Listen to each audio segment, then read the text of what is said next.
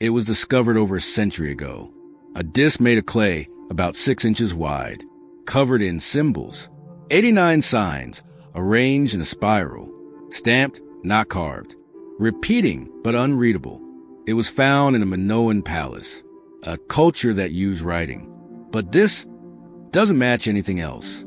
No translation, no origin, no second example. One artifact, one message, and no one alive can say what it means. Some think it's a prayer, others a hoax. But there's a third possibility, that it wasn't meant for us to understand. If you believe the most dangerous truths are the ones buried in silence, stay with us. In 1908, in the ruins of the Minoan Palace of Phaistos on the island of Crete, an Italian archaeologist named Luigi Pernier uncovered something strange. It was a small clay disc, reddish in tone, about 15 centimeters in diameter. Lightweight, fragile, but it wasn't its shape that mattered. It was the surface. Both sides of the disc were covered in spiraling rows of symbols, not etched but stamped, pressed into the clay before it was fired. There were human figures, birds, tools, plants, and abstract patterns, repeating, ordered, but they didn't match linear A or B, the known scripts of the Minoan world. This was something else, something singular. The disc was stored, cataloged, and displayed. But over the years, one detail became harder to ignore. No other object like it has ever been found. Not before, not since, which leads to a troubling thought. Maybe it wasn't meant to be found at all. There are 241 symbols on the disc, grouped into 61 segments. Archaeologists have identified 45 unique signs. Some repeat often, others only once. But without context, the patterns are just noise. In modern cryptography, we rely on frequency analysis, cross-referencing known alphabets. But the Phaistos disc gives us none of that. There's no Rosetta Stone, no parallel text, no deciphered cousin script. It isn't linear A. It isn't Egyptian. It isn't Sumerian. And the direction of reading? Still debated. Is it a song? A prayer? A calendar? A warning? Some scholars believe the symbols were part of syllabary, meaning each sign represents a sound. Others say it's logographic. Each sign represents a word.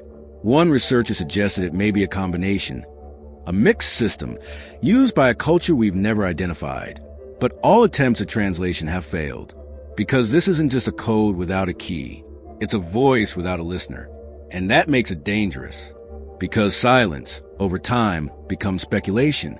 And speculation, when left unchecked, becomes myth. Here's the part that unsettles researchers the most. The disc is alone. No copies, no fragments, no matching characters anywhere else in the archaeological record. Not on pots, not on walls, not on tablets. Just this one disc. That breaks every rule of writing systems. Scripts evolve. They spread. They're found in trade goods, in graves, in scribe schools. But this? Nothing. Some suggested the disc was imported, the artifact of a forgotten traveler, but the clay used to make it matches local materials. Others said it might be a forgery.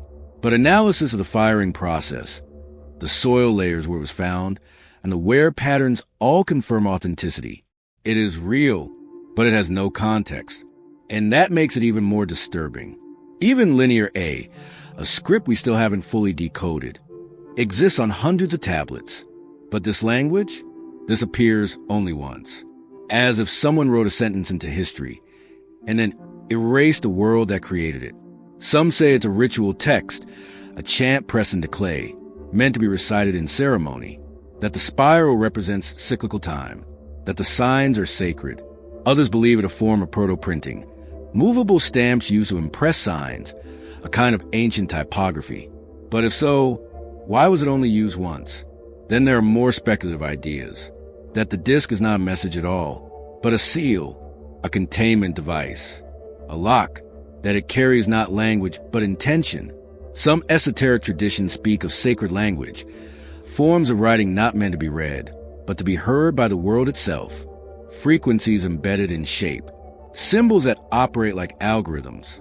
Others point to the symmetry, the recurrence of specific characters at key intervals, suggesting not communication but calibration, as if the disk was designed to align with something or activate something.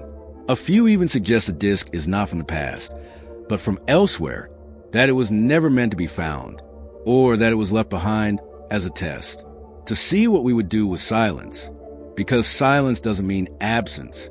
Today, the Phaistos disk sits in the Heraclean Archaeological Museum, encased in glass, labeled, observed, but it is not understood. Dozens of researchers have attempted translations.